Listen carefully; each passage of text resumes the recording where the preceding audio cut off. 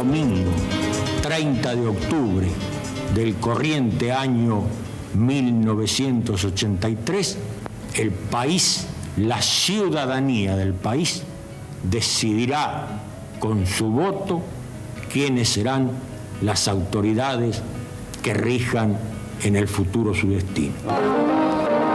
Ahora, Alfonsín. Esta es nuestra gente. En las internas de la Unión Cívica Radical se impuso Raúl Alfonsín, líder de Renovación y Cambio, el sector más progresista entre las líneas internas de la UCR. ¡Se acaba la dictadura! Con la democracia se come, con la democracia se educa, con la democracia se cura.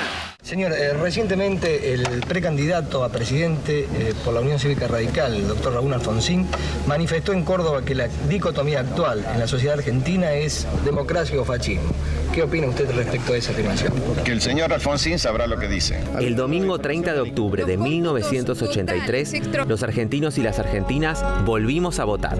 La ciudadanía había recuperado su derecho a expresarse a través de las urnas. Escrutadas 26.925 mesas y faltando 40.636 para la Unión Cívica Radical, 3.303.573 votos que representan el 55%. Ha triunfado, está triunfando la democracia en la República Argentina. Peronistas y radicales juntos aquí festejando el triunfo de la democracia. Eso es, yo creo, el resultado fundamental de esta elección. Pensaba que no iba a haber tanta diferencia, pero sí estaba convencido que triunfábamos. Compatriotas, iniciamos todos hoy una etapa nueva de la Argentina, porque tenemos todos la enorme responsabilidad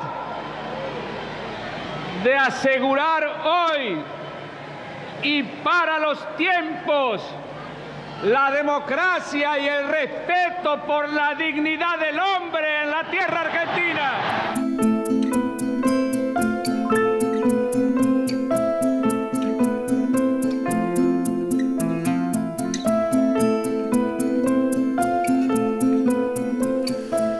Hola, ¿qué tal? ¿Cómo están? Muy, pero muy buenas noches. Aquí estamos arrancando Desiguales. ¿Cuántas veces, Luli, hemos dicho que cada fecha, cada aniversario tiene su peso específico, pero que además eso tiene que ser atravesado por el presente? Es decir, en qué momento de nuestro presente nos agarra un evento como el que estamos evocando, como esa elección que determinó la recuperación de la democracia en la República Argentina, más allá de que 40 años, por supuesto, es un número redondo muy, muy importante. Y sobre todo porque en este momento se viene discutiendo, ¿no?, el pacto democrático logrado en 1983, pero también se viene discutiendo el rol de la Unión Cívica Radical en esa gesta y sobre todo de Raúl Alfonsín. Bueno, de eso nos vamos a ocupar hoy. Viene Alejandro Cacase, diputado nacional de la Unión Cívica Radical, y este material que acabamos de compartir, que tiene que ver con un estreno de la Agencia Estatal de Noticias TELAM, Democracia, la noticia más esperada, y además fragmentos del ciclo muy, pero muy importante para guardar esas cosas que se atesoran de los 40 años de la democracia en la televisión pública. Sí, yo me emocionaba, la verdad, con algunas de las imágenes que veíamos y pensaba, ¿quién puede realmente decir que Alfonsín fue un traidor, que pone un muñeco de Alfonsín para trompear y entrenar de esa manera, teniendo en cuenta que todavía había resabios de esa dictadura cuando comienza el gobierno democrático? Lu Bertoia lo puede explicar en un rato mejor que yo. Digo, las Fuerzas Armadas seguían teniendo un poder muy grande en la justicia, en lo que tenía que ver incluso también, bueno, con las propias fuerzas, la policía, también hay que mencionarla, los sindicatos perseguidos. Digo, era un contexto difícil. Digo, si hoy por hoy se habla desde parte del gobierno de haber agarrado una papa caliente, imagínense agarrar un país después de una dictadura como la que tuvimos. ¿En serio creen que Alfonsín no es alguien para reconocer, para poner sobre un pedestal, te guste más o te guste menos? ¿En serio creen que no es una persona para poner en relevancia hoy, a 40 años? Bueno, hay un candidato a presidente que no. Como digo, contó que le ponía una foto de él a una bolsa de boxeo y le daba y le daba y le daba para entrenarse. Cerró su campaña diciendo que no salta es radical, y hablo de Javier Milei. Un Javier Milei que lo van a ver a continuación en una entrevista en TN y en una entrevista en una radio con Serenelli, el colega, hablando de que la democracia quizás no le parece lo mejor para su país.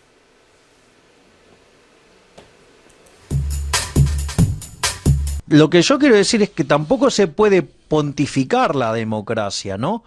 Porque en el año 1952, el premio Nobel de Economía más joven de la historia, que lo ganó en 1971, que fue Kenneth Joseph Arrow, escribió un libro que se llama Elección Social y Valores Individuales y demuestra, sí, por un teorema que se llama Teorema de Imposibilidad de Arrow, es que aun cuando todos seamos coherentes, eso nos asegura la coherencia en el agregado. Con lo cual, digo, la democracia no es ninguna garantía de nada en principio, porque vos pensás, ¿qué pasa si de repente nos ponemos todos de acuerdo para ir a asesinar a alguien? ¿Usted cree en la democracia?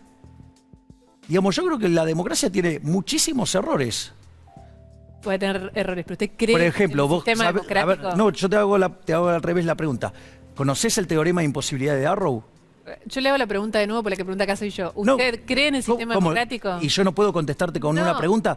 Lo que le si pregunto conoces es el teorema de imposibilidad de Arrow. Ahora me lo cuenta el teorema, no lo conozco. Pero lo que le digo es importante la pregunta y requiere una respuesta contundente, que es ¿cree o no en el sistema democrático? Es fácil la pregunta, es ¿cree o no cree? Pero, digamos, si vos conocieras el teorema de imposibilidad de Arrow, digamos, tendrías algunas consideraciones.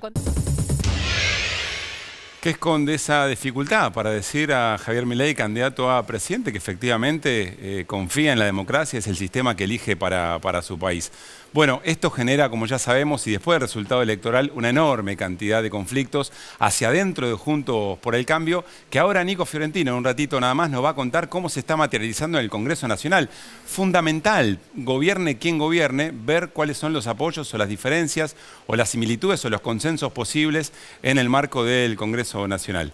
Ahora, Lu Bertoia nos trae un material que se conoció hoy, que es de hace un año, y que la tiene a la candidata a vicepresidenta Victoria Villarruel de La Libertad Avanza, ponderando en el exterior sobre la democracia y sobre la figura de Raúl Alfonsín. Vamos a conocer solamente uno de los tapes, de los testimonios que luego Lu Bertoia nos va a presentar. Pero escuchen esto con atención.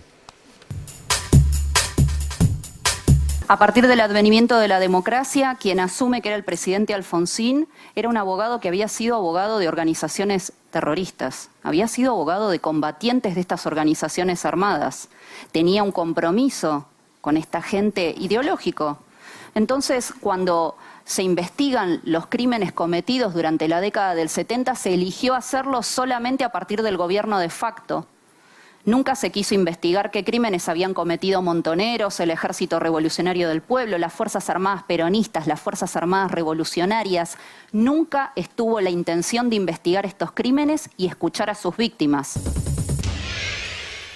En minutos vamos a charlar con Luis Changui Cáceres, un dirigente radical histórico, fue parte de la coordinadora, la Junta Coordinadora, en aquel momento gran protagonista de lo que fue la gesta alfonsinista en la recuperación, en la consolidación de la democracia. A ver qué opiniones tiene sobre este tipo de declaraciones. Lu Bertoia en minutos responde sobre el tape de Villarruel. ¿Es verdad o no es verdad lo que dice Victoria Villarruel? Lo cuenta en instantes Luciana Bertoia. Pero volvemos a Javier Milei. ¿Por qué anda de recorrida en entrevistas siempre en lugares donde no se cruza con ningún invitado, siempre con periodistas que él elige, y en este caso con una entrevista grabada? Porque lo que vieron ustedes ayer en La Nación Más, la entrevista que le dio a Luis Majul, no fue en vivo. Se había grabado un par de horas antes. También Javier Milei está debatiendo por estas horas, quiere leer en el debate presidencial del próximo 12 de noviembre. Es uno de los requerimientos, no está confirmado ni para sí ni para no, en el debate presidencial que va a tener con Sergio Massa en la Universidad de Derecho de la UBA. Pero decía, un Javier Milei que pide que lo graben, que pide que lo editen y que la verdad pareciera que pide que le tiren centros y que lo ayuden. Vean este fragmento sobre el rol de Luis Majul. Hay una palabra que es política y humana, la palabra moderación. ¿No la considerás una mala palabra vos, no? No, pero cada uno tiene una visión de las cosas. Y una manera de comunicarlas y expresarlas. Exactamente. Muchos radicales, los nombro, pero es deductivo, no lo sé, como Alfredo Cornejo, incluso como Gustavo Valdés, gobernador de Corrientes, dice, voy a votar positivamente por uno de los dos candidatos, no voy a votar en blanco. Yo creo que en este caso la explicación que da es Dejemos que la gente vote como tiene que votar. Y yo no voy a interrumpir eso siempre así.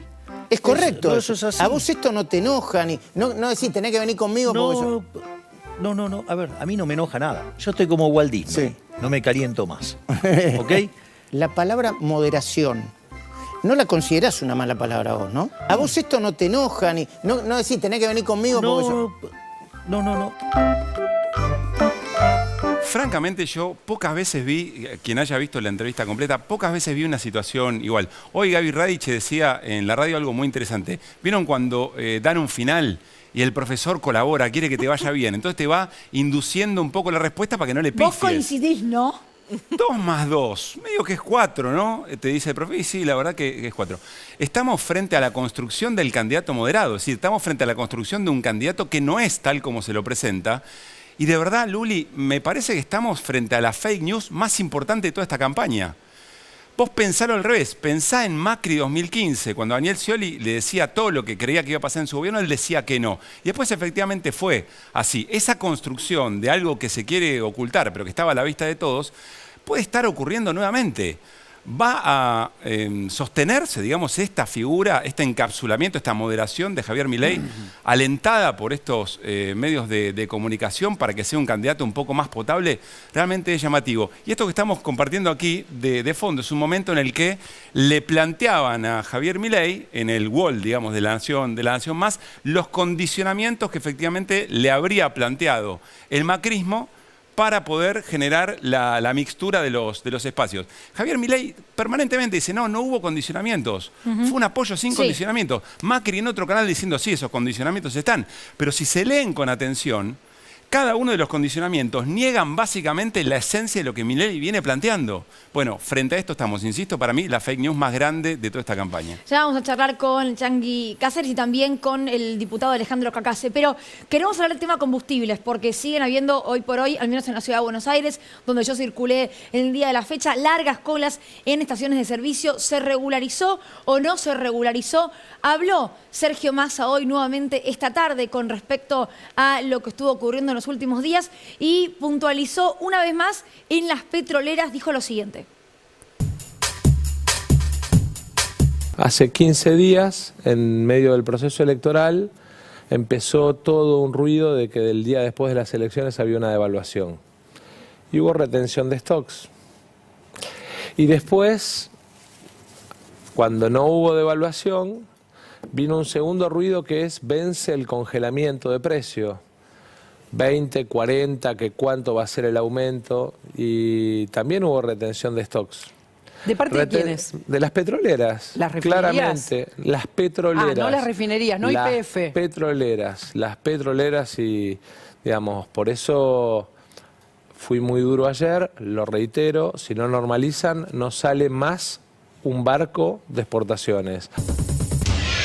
Bueno, muy interesante estas definiciones de Sergio Massa. Cabe la pregunta. Esta determinación que tiene Sergio Massa de ponerle nombre propio a quienes especulan y la vocación del Estado regulando y sancionando eventualmente, ¿es de campaña o efectivamente está pensando en construir consensos para poder llevar adelante esto que durante todo el gobierno del Frente de Todos costó mucho regular? Está el Changi Cáceres ya para charlar con nosotros vía Zoom. En las últimas horas hizo... se difundió mucho unas definiciones que tuvo, les decíamos, dirigente radical, histórico, definiciones respecto de lo que está en juego en esta elección vinculado al respeto al pacto democrático. Esto decía y empezamos la charla. Si quieren sentir la experiencia de una picana en las pelotas o las mujeres de una violación que no pueden impedir, bueno, si no te la creen, si la quieren vivir, si no quieren tener en cuenta lo que los veteranos vivimos y no queremos para las nuevas generaciones, hagan la experiencia, aguántense en la picana, aguántense en la cana, aguántense en los garrotazos, aguántense en los tiros y váyanse a la puta madre que los parió. Hola Changi, ¿cómo estás? Lucila Trujillo, Pablo Caruso y todo el equipo de Desiguales saludamos aquí en la televisión pública. Buenas noches. Buenas noches, ¿cómo están ustedes? Gracias. Aquí estamos en estos días, en estas semanas tan intensas. Primera pregunta, ¿por qué sentiste la necesidad de ser tan específico, tan claro, tan gráfico en la advertencia sobre lo que está en juego en esta elección en la Argentina? Mirá, yo llevo en mis 80 años de vida 65 de militancia Y en esos 65 de militancia me tocó vivir 2 periodos donde la posibilidad de elegir, ser elegido, de pensar en libertad, de expresar el pensamiento, estuvo con llave bajo candado. Sí, vi morir amigos, estuve detenido varias veces, me desaparecieron también durante algunos días en Córdoba. Es decir, yo no quiero eso para mis hijos y para mis nietos, pero entiendo que un buen sector de la sociedad, frente a estos 40 años de recuperación de la democracia, pero con una deuda pendiente que en los 40 años no se cumplió, se miren al espejo y digan, bueno, sí, tenemos democracia, pero yo no consigo trabajo. Tenemos democracia, pero tengo un trabajo en negro, no me blanquean. Tengo un trabajo en blanco, pero no llego a fin de mes. Y entonces viene la bronca, el exabrupto y viene la puteada. Y la puteada en este proceso electoral termina siendo el voto a Milei, que es un exponente fascista de la ultraderecha que se está armando a nivel nacional y a nivel internacional. Entonces yo creo que los radicales, que la tenemos sumamente complicada, y la tenemos sumamente complicada por la sencilla razón de que íbamos a correr una carrera y cuando llegó el momento de correr la carrera no teníamos corredor. Y entonces ya arrancamos mal. Y bueno, y a partir de ahí hemos ganado por el esfuerzo de la gente del lugar, de los grupos activos del lugar, la módica cantidad de 10 gobernaciones, de las cuales 5 con gobernadores radicales, las otras no, pero con participación de radicales y más de 400 intendencias. Entonces la tenés sumamente complicada. Yo entiendo que el Comité Nacional no pueda plantear otra cosa que la presidencia, porque en estos tiempos que corren ya hace bastante, pero bastante, que los procesos democráticos no confrontan partidos, sino que confrontan frentes. Y los frentes tienen internamente muchas diferencias y a veces rispideces. Ahora, Chanqui, por lo tanto, si vos a esta altura te planteas para Sí. acá o para allá, Sí. antes que asuman las gobernaciones les explota todo el cuadro de situación que supieron armar. Eso por un lado. Y por el otro lado, entiendo la posición de mi partido en Santa Fe, que ha planteado libertad de acción, que frente a esta cosa que salieron ahí planteando desde el PRO y algún radical el tema del voto a Milei, lo salieron a cruzar planteando de que el ciudadano es el único responsable del voto y que hay libertad de acción, por lo tanto, para que, producto de su análisis, de su conciencia, cada hombre o mujer cuando llega al cuarto oscuro ponga lo que cree que tiene que poner. Y yo me dedico a demolerlo a Milei. Porque, no porque me caliente el hecho de que practique boxeo con la cara de Alfonsín en un Puchimal, no porque lo vitupere Irigoyen ni a los próceres nuestros, eso me pone contento. Porque que un fascista psicótico como Milei alabara a nuestros próceres me haría hacer un poco una revisión de la historia. Claro. Y Ahora, por el Chanqui, otro lado, la escucha esta señora Villarroel, o Villarreal, no sé bien cómo se llama, Victoria Villarroel. que miente. Bueno, que miente. Miente totalmente. Es decir, por un lado ya, es como que en la historia generaron el relato para transformar la historia y bueno, desapareció la CONADEP, desapareció el juicio a la Junta. Y ahora para esta mujer, Alfonsín hizo un destrozo con los militares y del otro lado se olvidó. Y no es así. Alfonsín planteó el juicio a la Junta y a las cúpulas militares y a las cúpulas guerrilleras. Y hizo las dos cosas. La mayoría de los guerrilleros que fueron condenados estaban en el exilio, en el exterior. Y los que estaban en Argentina fueron presos. Por lo tanto, esta señora miente. Y de hecho, Alfonsín, No, y ahí te hago un paréntesis y le pregunto a Luciana Bertoy, y de hecho cuando son las leyes de obediencia debida y punto final, también son para quienes habían sido juzgados por la guerrilla, ¿correcto? Sí, los indultos. Los indultos. Sobre todo que ahí hay una postura ética de siempre, me parece que es destacable, que es la de Graciela D'Aleo, que dice yo el indulto no lo quiero, y hay una discusión, un debate en la Corte Suprema. Pero sí, efectivamente es así.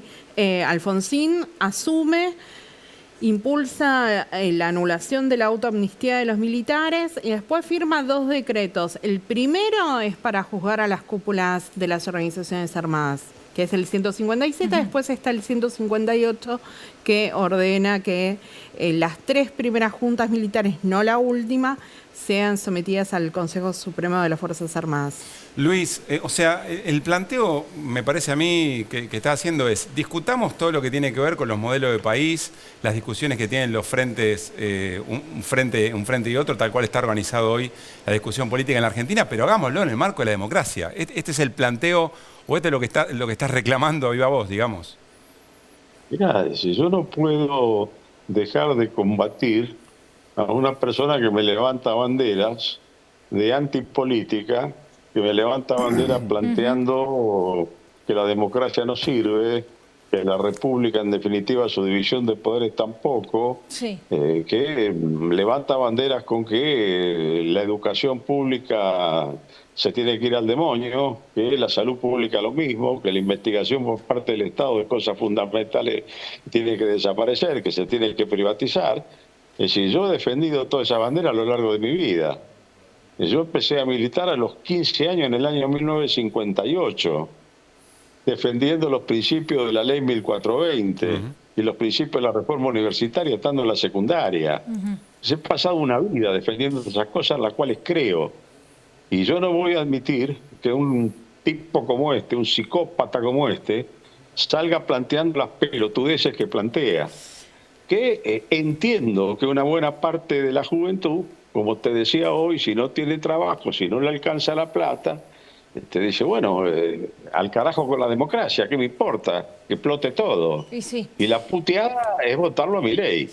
Pero bueno, uno tiene la obligación, yo me siento con la obligación de advertir que ese no es el camino, que evidentemente hay problemas porque ha habido malas políticas, y ha habido malas políticas porque ha habido malos políticos, pero que nadie se haga el otario, porque la gente vota, y la gente pone a los que van al gobierno. Entonces, si hay malos políticos, hay que cambiarlos por buenos políticos. Y si hay malas políticas, tienen que ser suplidas por buenas políticas. Y hay que entender que la política es el arte de buscar consenso, no de generar divisiones en la sociedad, no de establecer zanjas que dividen a uno y a otro, sobre todo una sociedad en crisis, que para poder salir de esta situación necesita ponerse de acuerdo en algunos puntos fundamentales para poder empujar la carretilla y sacarla del barro. Es así de sencillo. Si aplicamos el sentido común, salimos. Y si no, seguimos sumergidos en esta cosa que ningún extranjero entiende, como un país con la riqueza potencial que tiene la Argentina puede tener el nivel de pobreza que hoy tiene. Luis, te agradecemos mucho por tu tiempo. Un abrazo. Un abrazo grande. No, al contrario. Gracias a ustedes. Nos vamos a ir al living con Alejandro Cacase, diputado de Juntos por el Cambio, del bloque Evolución dentro de la Unión Cívica Radical. Pero antes, un cruce de las últimas horas entre el presidente de la UCR y el gobernador de Jujuy, Gerardo Morales, y Mauricio Macri. Morales desde Gualeguaychú, que quería a Massa como socio del radicalismo, nunca dejó de ser socio de Massa. Estos 4 años, sus diputados votaron N cantidad de veces en contra del bloque de Juntos por el Cambio, a favor de Massa. Sigue descalificando al radicalismo, que en su gestión de gobierno, nada más ni nada menos, Luis, hemos aprobado 292 leyes. Ellos son una minoría en el radicalismo y que perdieron, son perdedores dentro de la interna esta.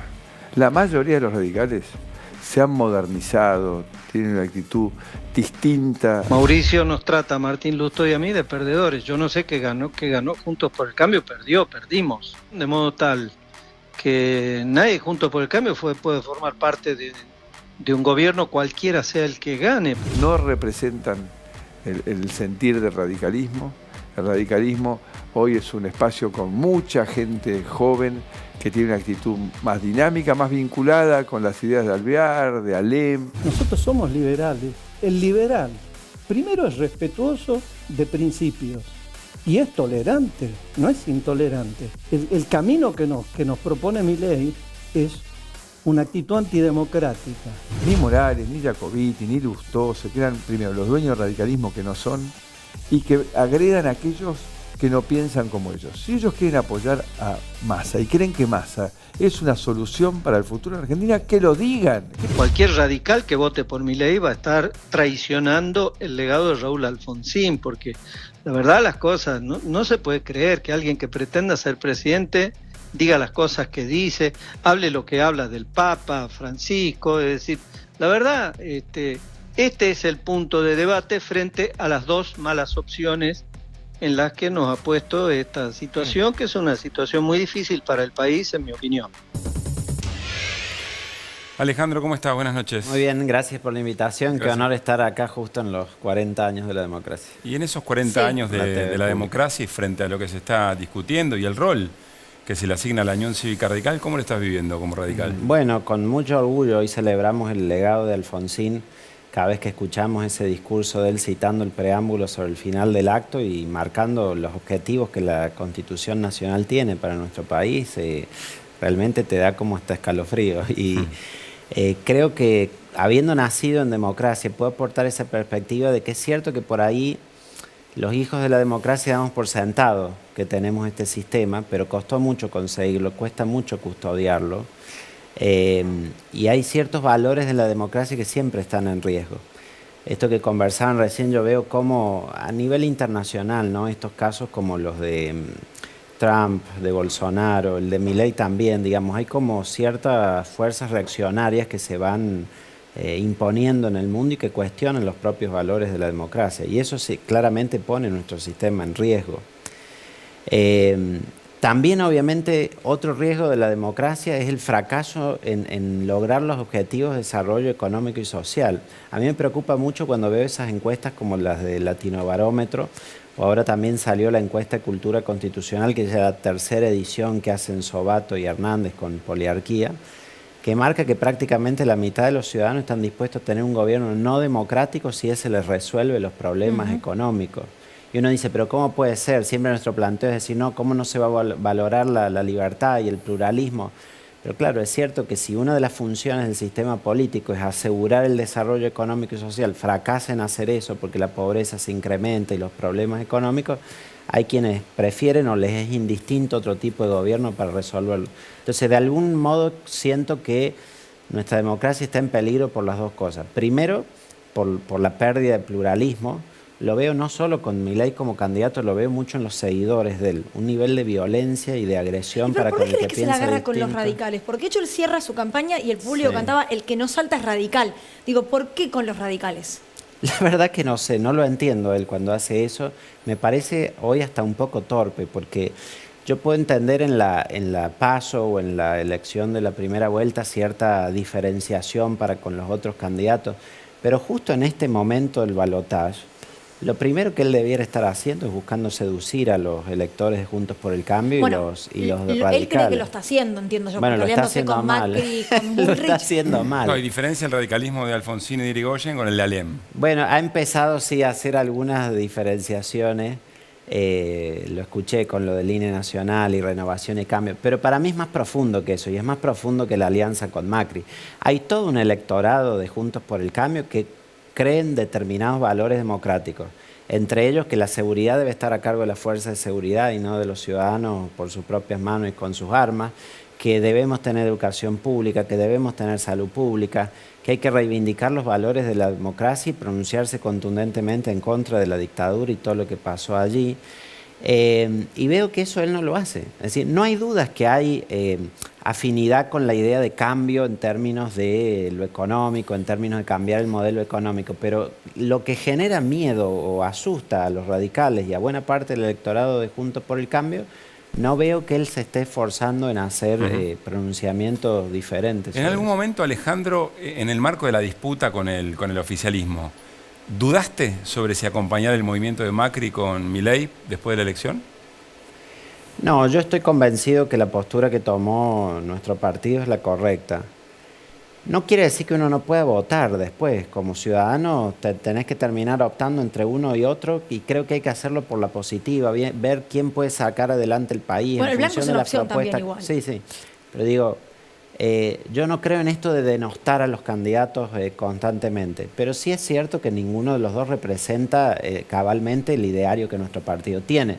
Es decir, la Unión Cívica Radical es un partido que es progresista, que es democrático, que busca la transparencia, la lucha contra la corrupción, contra los privilegios y también tiene un ideario liberal en cuanto a los derechos. Ninguno de los dos candidatos representa eso cabalmente. Y siendo que, por ahí lo que me parece que no ha entendido Macri o Bullrich en su alianza o su proclamación en favor de Milei, que también nosotros tenemos responsabilidad de cuidar una alternativa para adelante. Es decir, a nosotros han elegido a 10 gobernadores para que se hagan cargo de sus provincias, eligieron 90 diputados, 24 senadores para hacer oposición frente a Milei o frente a Massa, el que sea electo. Una oposición que además tiene despliegue territorial. Por supuesto, pero que además o a vos te eligen para gobernar, que lo van a hacer con uno de los dos candidatos, o te eligen para hacer oposición. Y nuestro rol va a ser oposición y controlar al gobierno que sea electo. Y me parece que en ese apresuramiento, sin condiciones, porque es como, primero se tomaron el café, hicieron el acuerdo y después salió ese listado que mostraron recién.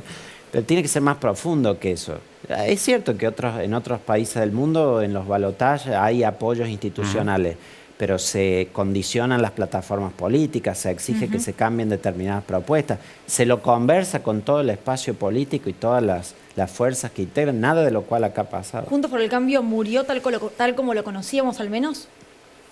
Está en una seria crisis. Yo no lo declararía terminado, pero está en una muy seria crisis porque la primera característica que tiene que tener un frente es acción colectiva, decidir en conjunto cómo se actúa. Acá no se ha decidido en conjunto, se ha roto esa acción colectiva, pero además no se ha actuado con el objetivo de preservarnos para más adelante. Yo creo que lo que hizo la UCR, que no fuimos solo nosotros, también lo hizo la coalición cívica, el peronismo republicano, los 10 gobernadores de Juntos por el Cambio. Confianza Pública, el partido Confianza de Pública, Horacio Rodríguez Larreta, María Eugenia Vidal, hasta Jorge Un sector del PRO, claro. Hasta Jorge Macri dijo que no se pronunciaba al momento por uno de los candidatos. Me parece que fue la postura prudente de una fuerza política que tiene una responsabilidad más allá del voto o preferencia que cada uno de los dirigentes podamos tener individualmente. ¿Te preguntaste por qué Macri decidió apurar esta decisión? Y si te lo preguntaste, si te lo respondiste, porque por ahí te lo preguntaste y no lo respondiste. Sin duda es que no comparto que sea así, obvio. Me parece que esos apresuramientos en general tienen que ver con querer ser parte de. Es decir, que si mañana Milei llega y gobierna, no querer quedarse afuera de eso. Yo te banqué de entrada, sería, dame algo. Claro, pero encima se lo justifica cuestionándonos a nosotros por ponernos en la posición de no apoyar ni a uno ni a otro. Es decir, veo que hay mucha acusación a la UCR diciendo, no, porque ustedes que están con Massa, que quieren cargo, que no sé qué, lo cual nosotros terminantemente hemos dicho que no. Incluso cuando Massa dijo que convocaba un gobierno de unidad nacional, nosotros dijimos, eso se trata de cargos, lo que queremos es ver qué propuestas tiene para sacar la economía del país adelante. Crítica de Macri pero aquellos que se pronunciaron ya en forma de nos cuestionan por eso, cuando fue más bien lo que ellos fueron. Pero la crítica de Macri es, lo voy a decir en lenguaje de calle, es que son tibios. Y que no están por el cambio verdadero, que el cambio es como lo plantean Macri y Milei, y que ustedes estarían, consensuando lo que está, digamos, pero que les falta coraje, que les falta valentía. Bueno, no, pero es que eso es presumir que estamos que habría que estar de acuerdo con todos los puntos del cambio que propone Milei, y hay muchísimas de las cosas que él propone que no estamos de acuerdo. Es decir, lo que él dice sobre la educación pública no estamos de acuerdo, sobre la salud tampoco, sobre la seguridad tampoco.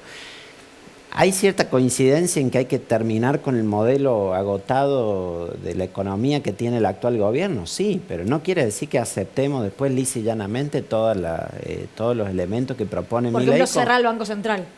Bueno, justo en ese yo tengo una posición parecida. ¿De cerrarlo? No cerrarlo, pero sí con lo de dolarizar, que yo propuse el proyecto de ley en el Congreso. Casi que te diría que es mi única coincidencia con mi ley esa, y el resto estoy prácticamente todo en desacuerdo.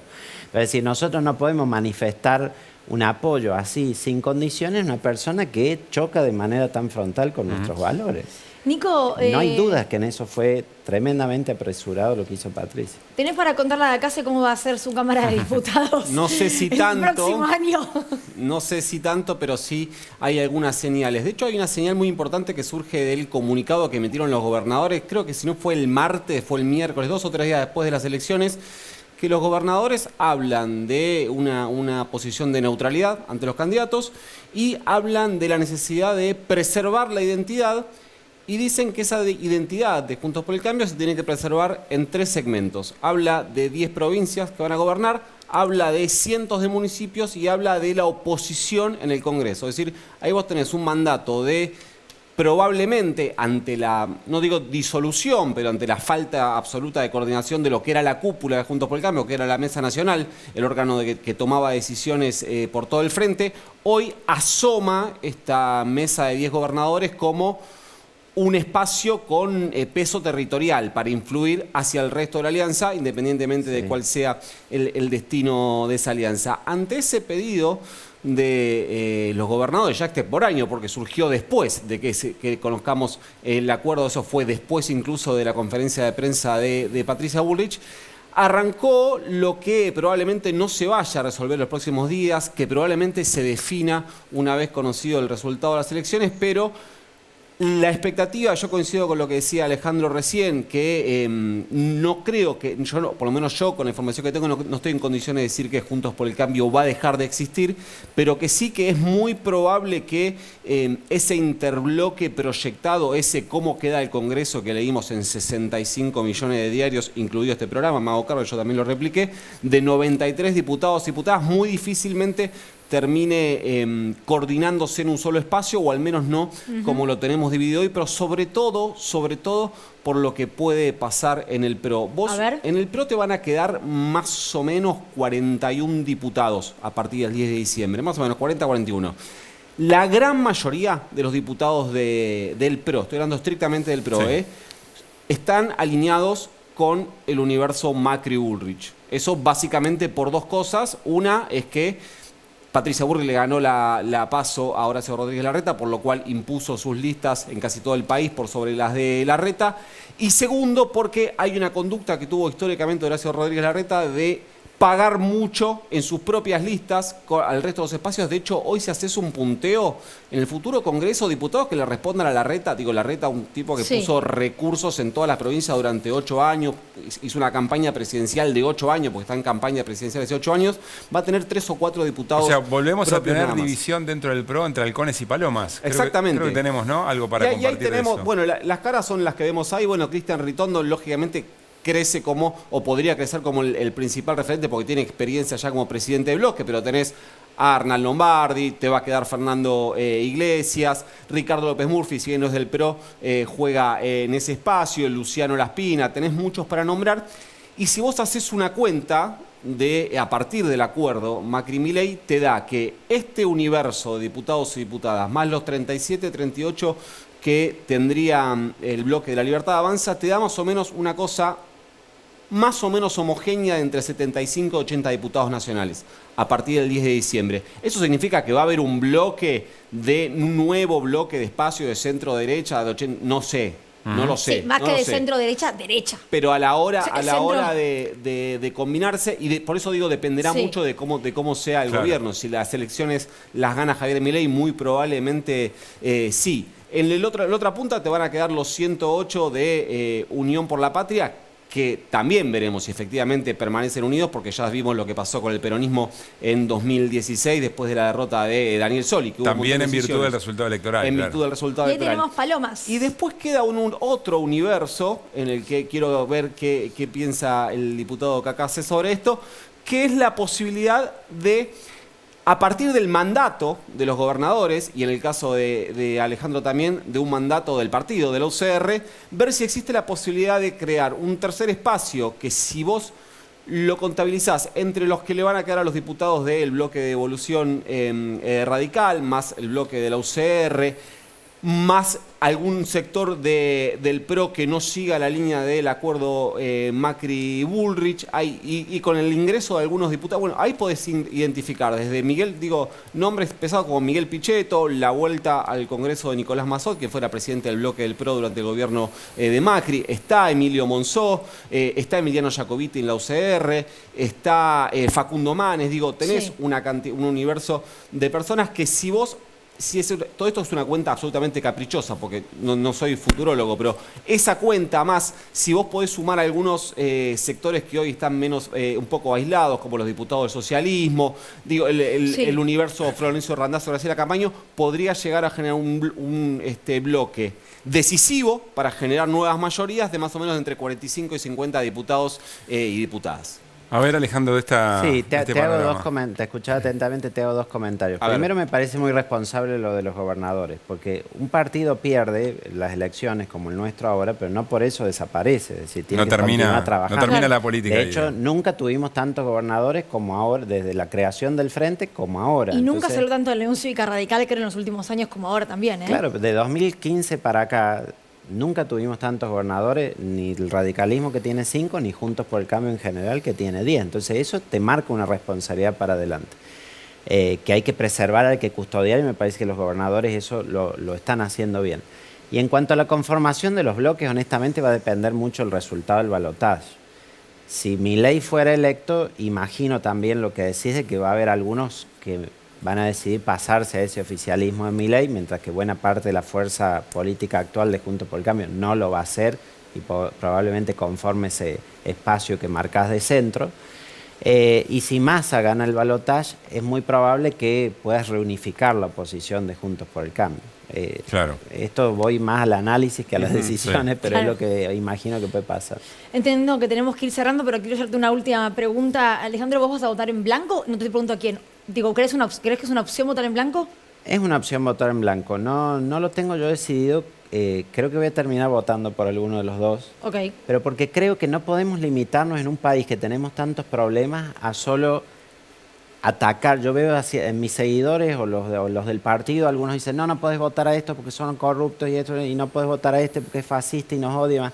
Pero en definitiva el país tiene que salir adelante y con alguno. Va Entonces a todos lo que yo les digo, busquen votar por uno de los dos, pero con la convicción de qué es lo positivo que va a hacer. Y a los dos candidatos también les diría, busquen cómo seducir a todo ese enorme espectro de electorado que no ha votado por ninguno de los dos y que les tiene desconfianza en algunos temas y está esperando qué mensaje les da. Gracias, Alejandro, por haber venido. Nos vamos con Lu Bertoia, vamos. para completar lo que estábamos contando de la exposición de Victoria Villarroel, la ponderación de Victoria Villarroel. Villarroel. Chicos, se me cayó todo. Bueno. Puede pasar, Lucila, puede pasar. Sí, peor que se te caiga. Hubo fútbol. Aparte que se caiga la dignidad. Se le cayó el celular y ya dijo, se me cayó todo. Listo, es que no, también se cayó esto. Solo el celular. Pero también esto. Decíamos, la ponderación de Victoria Villarroel respecto del proceso democrático, de la figura de Alfonsín y también de la narrativa de la democracia, con la cual Victoria Villarroel, Lu, parece no estar muy de acuerdo, ¿no? No, y me parece que el valor que tiene este video que vamos a ver es que él lo hace de manera explícita. Esto se conoció hoy. Esto se conoce hoy, es un video de la cumbre de la Iberosfera, que es lo que organiza Vox. Iberosfera es un concepto que inventa Abascal, el líder de Vox en España, el ultraderecha. Suerte del metaverso de la ultraderecha, ponele. Claro, sí, es como la... No sé cómo decirlo.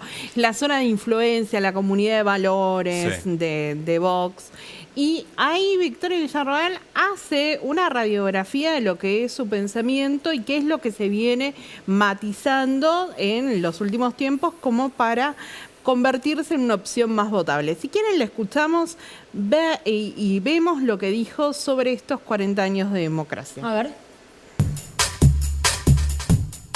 Todo lo que han escuchado en los últimos 40 años de la República Argentina en lo referido a su pasado es falso. Todo lo que han escuchado respecto de Argentina ha sido construido por la izquierda, por las madres de Plaza de Mayo, por las abuelas y por todos aquellos que integraron Montoneros y el Ejército Revolucionario del Pueblo. Ni Argentina está en la vanguardia de los derechos humanos, ni las madres y las abuelas son blancas palomas. Bueno, wow. Por suerte, siento que hablo por Desiguales y por buena parte de la audiencia, todo esto nos sigue impactando y sorprendiendo.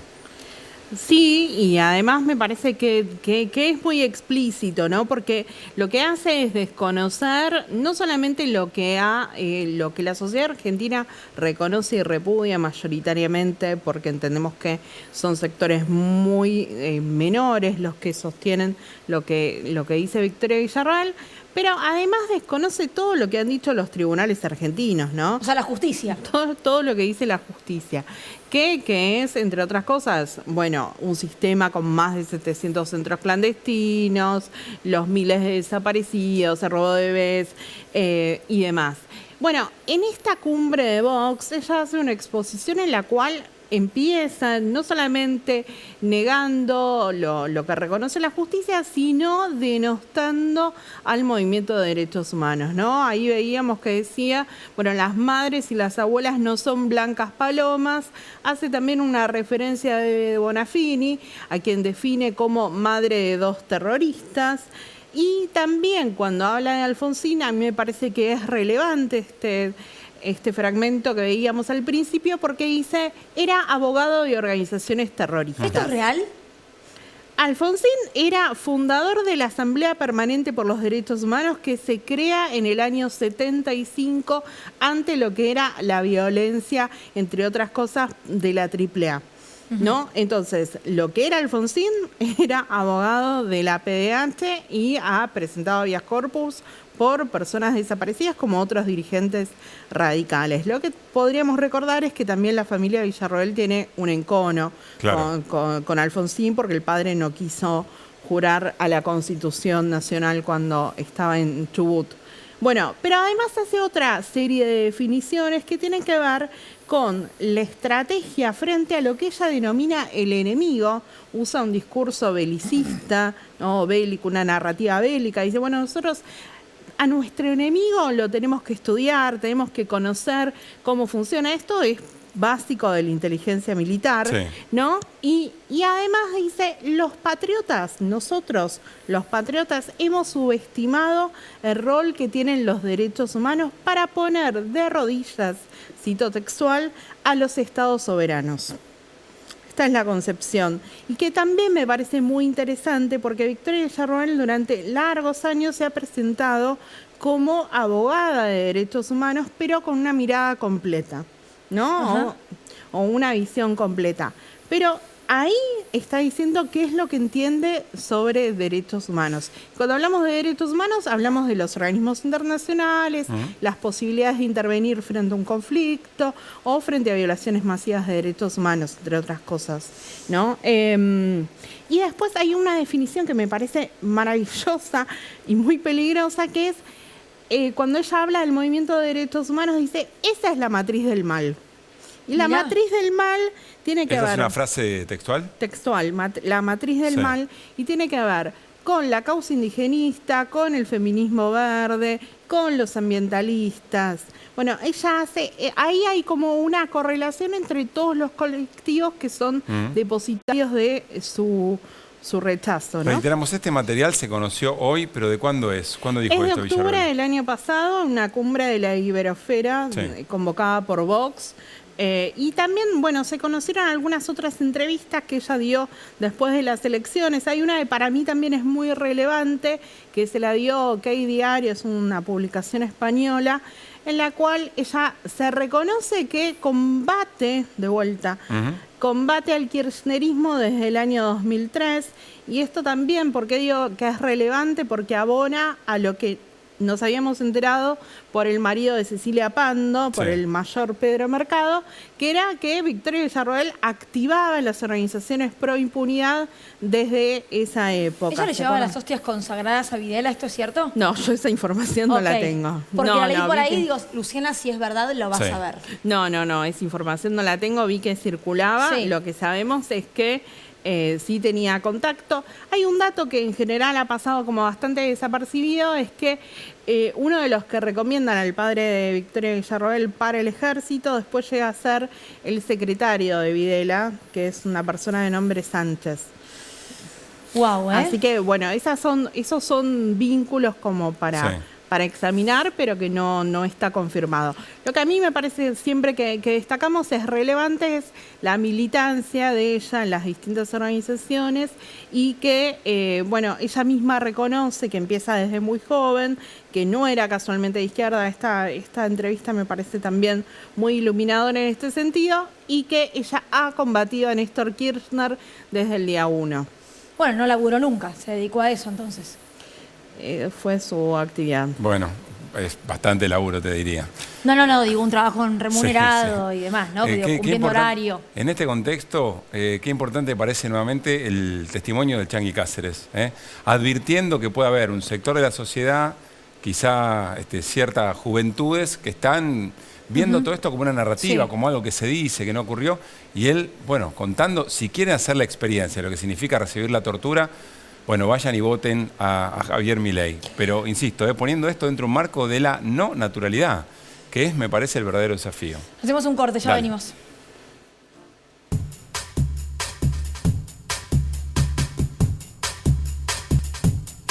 Quiero hacer la última mención a Diego. Hoy es el cumpleaños de él, así que creo que no hay mejor lugar para desearle un feliz cumpleaños, rodeado de jugadores, de técnicos, de gente que le gusta el fútbol, como le gustaba a él, así que donde quiera que esté, feliz cumpleaños, Diego. Esto también es para vos, lo comparto con vos y con toda Argentina. Buenas noches, muchas gracias.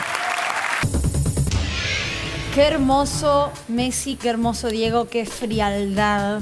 La de tremendo. ese salón. Y encima le dan el premio al mejor arquero al Dibu. Imagínate. Y abucharon encima. Sí, en la entrada. ¿Qué del les ingreso. pasa, chicos? Suelten, Bueno, suelten. un besito a Mbappé, ¿no? ¿También? Sí, amíguense un poco con la realidad.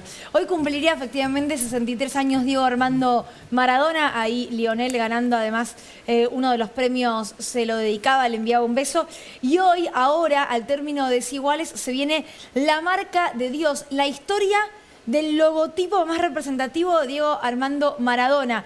Atención, porque es una historia, la verdad, muy particular que yo no la conocía. Un estudiante de diseño gráfico de la Universidad Abierta Interamericana que se presenta un concurso, lo gana y hace 20 años se transforma en un logo histórico. Tremendo, bueno, para disfrutar, para emocionarse y para reivindicar el compromiso que Diego siempre tuvo, además, con los sectores más vulnerados y sobre todo con la democracia. ¿Nos reencontramos mañana? Sí, Trujillo? señor. 9 de la ¿estás noche. bien? No voy a hablar. Chao.